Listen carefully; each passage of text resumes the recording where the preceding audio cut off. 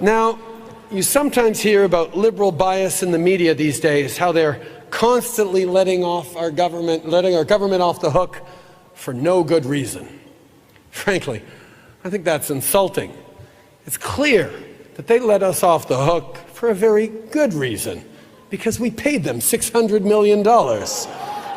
The only reason that I'm allowed to ask you this question is because today the federal court ruled that the government doesn't have the right to determine who is or is not a journalist. This is the second election in a row that the court had to overturn your government. Do you still insist on being able to make that decision, and why?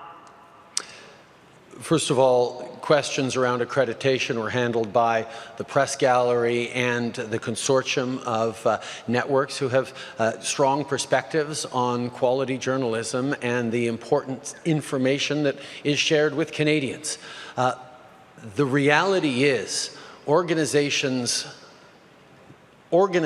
like yours that continue to spread misinformation and disinformation on the science around vaccines, around how we're going to actually get through this pandemic and be there for each other and keep our kids safe, is part of why we're seeing such unfortunate anger and lack of understanding of basic science. And quite frankly, I won't call it a media organization, your group of individuals need to take accountability for some of the polarization that we're seeing in this country. And I think Canadians are cluing into the fact that there is a really important decision we take about the kind of country we want to see. And I salute all extraordinary, hardworking journalists that put science and facts at the heart of what they do and ask me tough questions every day,